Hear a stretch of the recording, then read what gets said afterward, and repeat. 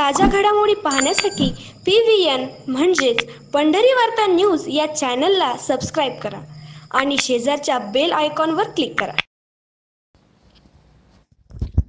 भीमा नदीच्या तीरावरील त्याचप्रमाणे सर्व ओढे नाल्यांच्या काठी असलेल्या DP म्हणजेच रोहित्र सिमेंट पोल तारा मागील महिन्यात झालेल्या अतिवृष्टीमुळे आणि पुरामुळे बाधित झाल्यात।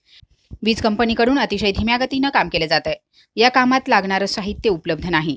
शेती पंप पूर्णपणे बंद आहेत। अशा नैसर्गिक आपत्तीमध्ये शेतकरी पूर्णपणे कोलमडलाय। संबंधित ठेकेदारांकडून किंवा अधिकारी कर्मचारी वेळेवर कामे पूर्ण होण्यासाठी काहीही करताना दिसत नाहीत। त्यामुळे पटवर्धन कुरोली येथील नदीकाठच्या शेतकऱ्यांकडून संताप व्यक्त केला जातोय। नमस्कार, कांतीलाल नाईकनवरे, पटवर्धन कुरोली, स्वाभिमानी शेतकरी संघटना जिल्हा कार्यकारिणी सदस्य। काल ऑक्टोबरमध्ये आलेल्या नदीच्या महापुरामुळे नदीकाठचा विद्युत पुरवठा पूर्णपणे कोलमडलेला आहे। गेले 15 ते 20 दिवस झालं ठेकेदारामार्फत काम चालू आहे, पण ते अतिशय धीम्या गतीने आहे। आणि विशेष म्हणजे ठेकेदाराकडं अगोदर फक्त पोल उभा केला जाते आणि पोल उभा केल्यानंतर तारा वाढायचं काम मागे राखलं जाते आणि शेतकऱ्यांची भयंकर अडचण आहे। सिंचन थांबलेलं आहे, उभी पिकं जळायला लागली ती, त्यामुळं स्वतःहून पदर पैशानं तारा वाढायचं काम शेतकरी स्थानिक मजुरामार्फत करत आहेत। तर ठेकेदार MSB कडून पैसे मिळवणार आणि इकडं शेतकऱ्याला काम करायला लागणार, अशी प्रत्यक्षात अडचण आहे।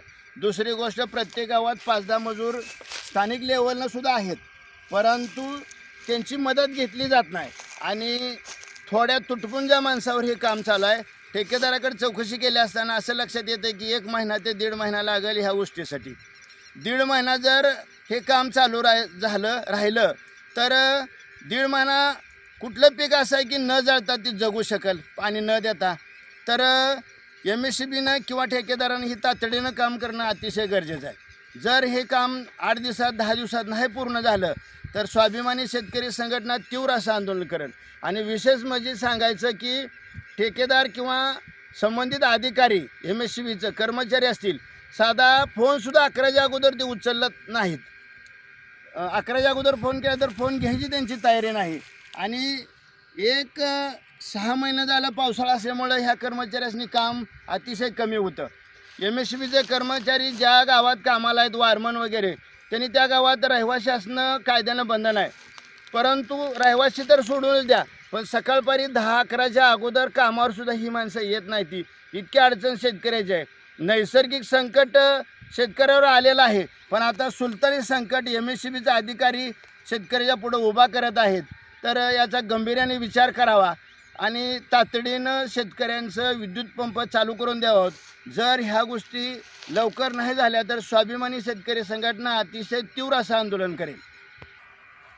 सांग मला, ही अवस्था आहे पुरामुळं पडलेल्या पोलची। याकडं लोकप्रतिनिधी अजिबात लक्ष द्यायला तयार नाहीत।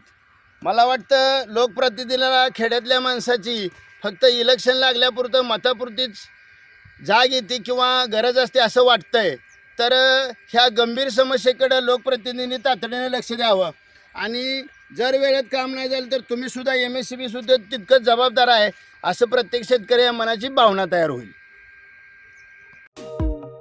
आता शेतीला द्यायचा असेल वेग तर आणा समृद्धी ट्रॅक्टर्स इथून सोनालिका ट्रॅक्टर। 20 HP ते 120 HP पर्यंत सर्व मॉडेल।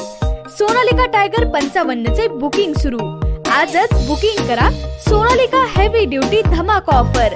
ट्रॅक्टर खरेदीवर इन्शुरन्स आणि पासिंग फ्री। सोनालिका ट्रॅक्टर्स अधिकृत विक्रेते समृद्धी ट्रॅक्टर्स, मंगळवेढा, सांगोला आणि मोहोळ। हॉटेल विठ्ठल कामत पाठीमागे, कॉलेज रोड, पंढरपूर।